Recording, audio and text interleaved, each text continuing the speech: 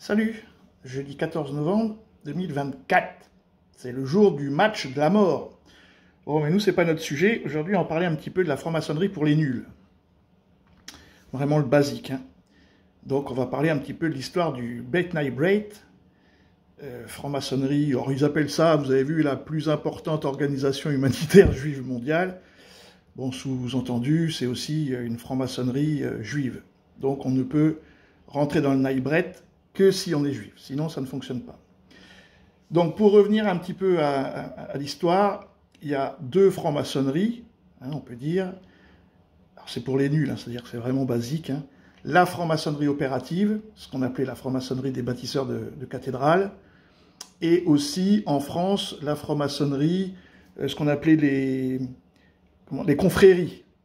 Par exemple, dans la cuisine, les 3 degrés, donc apprenti, compagnon, maître, et ça on le retrouve dans tous les meilleurs ouvriers de France et tout ça, c'est toujours le même principe, c'est les 3 degrés de la franc-maçonnerie opérative. Vous commencez par être apprenti, à peu près 10 ans, après vous êtes compagnon à peu près pendant 10 ans, c'est-à-dire vous tournez, compagnon du Tour de France, on tourne, on va un petit peu chez tous les artisans, chez tous les maîtres, encore 10 ans, et à chaque fois, pour passer d'apprenti à compagnon, il faut une épreuve. Vous faites, je sais pas, si vous êtes cuisinier, vous faites un plat. Après, vous passez de compagnon à maître, vous refaites une épreuve, et quand vous êtes maître, à ce moment-là, là, vous rentrez dans les degrés des maîtres. Donc au départ, on est maître jeune, on a 35, 38 ans, on est maître, et puis au fur et à mesure, on va devenir un grand maître, ainsi de suite. Ça, c'est la franc-maçonnerie opérative, dite des bâtisseurs des cathédrales. En 1717, arrive la franc-maçonnerie spéculative, ce qu'on appelle les Illuminati, donc ça a été fondé par Adam Weishaupt et tout ça. Donc pour ceux qui veulent aller chercher, Adam Weishaupt, Illuminati de Bavière, franc-maçonnerie spéculative. Et c'est à partir de là que ça se complique. Voilà. Donc il y a une autre franc-maçonnerie de 1738, première franc-maçonnerie noire américaine, très peu connue, c'est difficile de trouver des articles sur ça, mais elle existe. Il s'appelait Prince Hall. Voilà. Après arrive, donc en 1717, la franc-maçonnerie spéculative arrive, les Illuminati rentrent dans la franc-maçonnerie, donc ou créent la franc-maçonnerie, ce qu'on appelle du rite écossais ancien et accepté, donc les fameux 33e degrés du rite écossais ancien et accepté, et ça a été créé en 1717.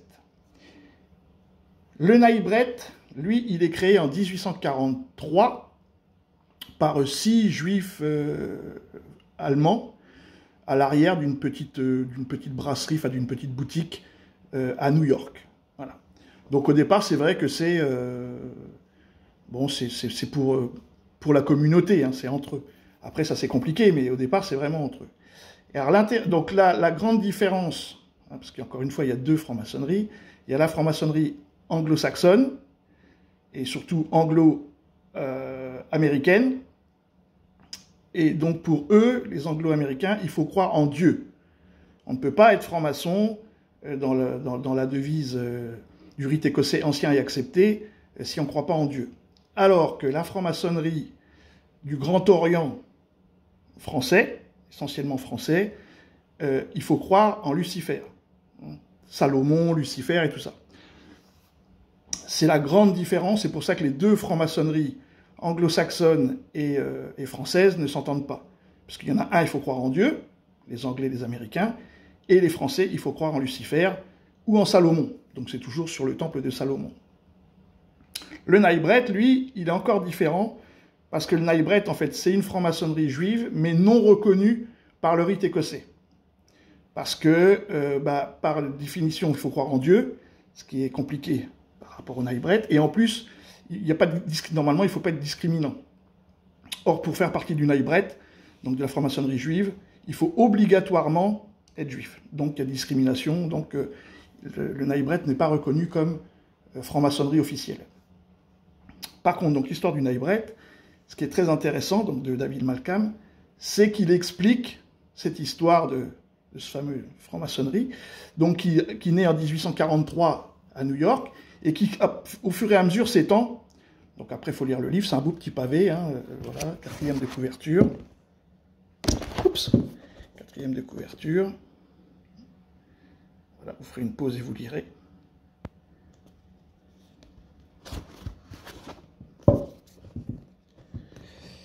Bon, alors, eux, ce qui est intéressant dans ce livre, en fait, c'est que le Naïbret, qui arrive en Europe vers 1920, quelque chose comme ça, eux,